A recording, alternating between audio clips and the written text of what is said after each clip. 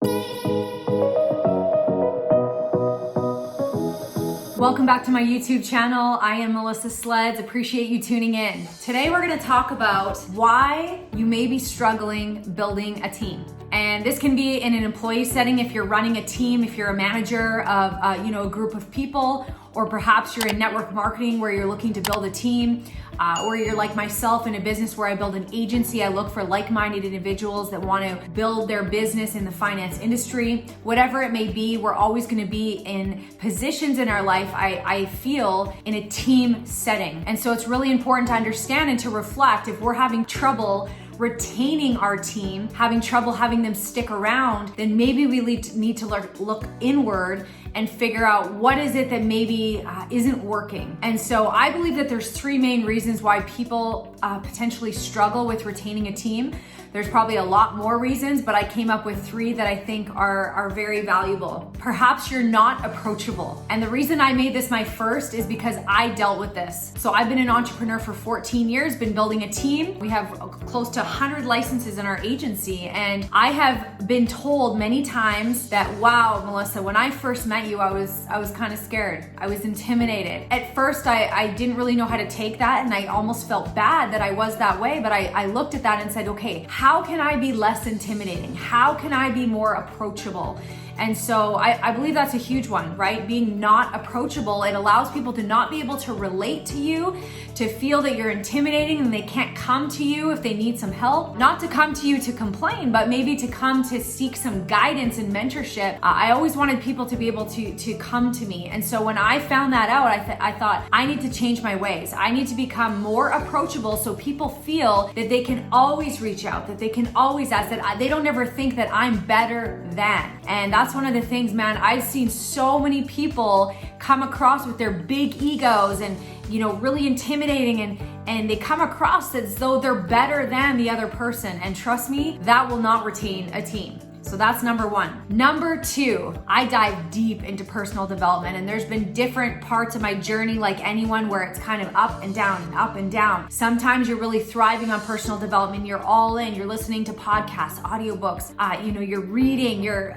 actual book, right? You're going to courses and seminars and all this stuff. And then other times when we're not feeling so great maybe about ourselves, we stop personally growing. Or another thing I've seen is that we achieve these milestones in our careers. And once we've achieved this, it's almost like we feel like we've arrived. And so we stop growing. We kind of plateau on the personal growth. And what happens then is that we stop learning about how to become better. And if we get better, we are raising the lid for our team. And I've always believed that if I can devote more energy and effort into my marriage and having, better parenting skills, and then also in business, leading a team and, leadership skills, then in turn, my team is going to learn from that and they're going to become better. If you put the lid on personal development with your team, if you stop growing, they're watching what you do. They're watching every move and they're gonna follow. So just understand that school is never out for the great ones. Steve Siebold said that in one of my very favorite books, 177 Mental Toughness Secrets of the World Class by Steve Siebold, a phenomenal book. He said school is never out for the great ones. You find that you're not retaining a team and they're quitting on you, it's probably because you stopped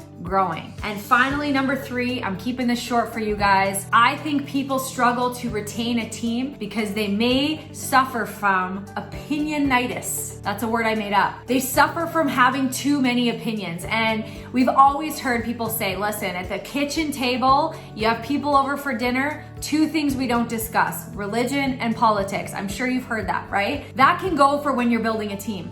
If you want to build a team that's diverse, and I would hope that you would, then you got to understand that your opinions on religion and politics and kids and marriage and, anything that comes into play, those are simply your opinions, right? And opinions are worth about as much as we paid for them, right? I love that. I said that in a previous video, but it's true. If you're struggling retaining a team, just be careful that you're not too opinionated, that you're not kind of fitting them into a box and making sure that they follow exactly what you do. That's more of a dictatorship, and we want to make sure that we create everyone to feel welcome. Let's say you are a Christian and you are a Republican. if you live in the States or wherever you live, it doesn't matter. You have these certain beliefs on politics and, maybe you don't believe in marriage or, what have you. You got to ask yourself, where does the person that's not a Christian, that is potentially an atheist, that is a Democrat, that believes wholeheartedly in marriage, or, these are just examples. Where does that person fit into your team? And if you push and you push and you push your opinions onto other people,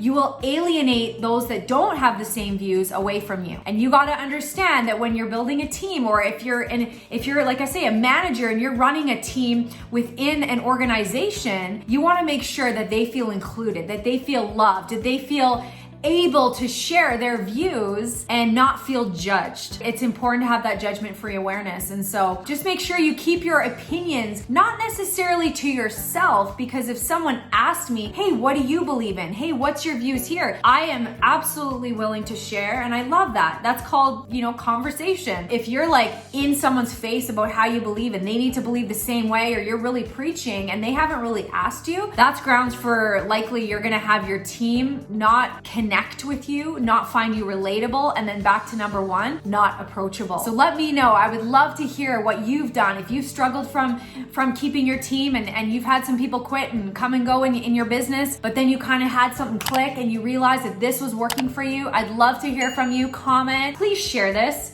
There's lots of people out there that maybe have home-based businesses, or are, like I said, are running a team at work, or are running an agency like myself. They need to hear this, right? A lot of people want to get help in this area, and so share it, and would love it if you subscribed, and I look forward to you tuning in to next time. Thanks.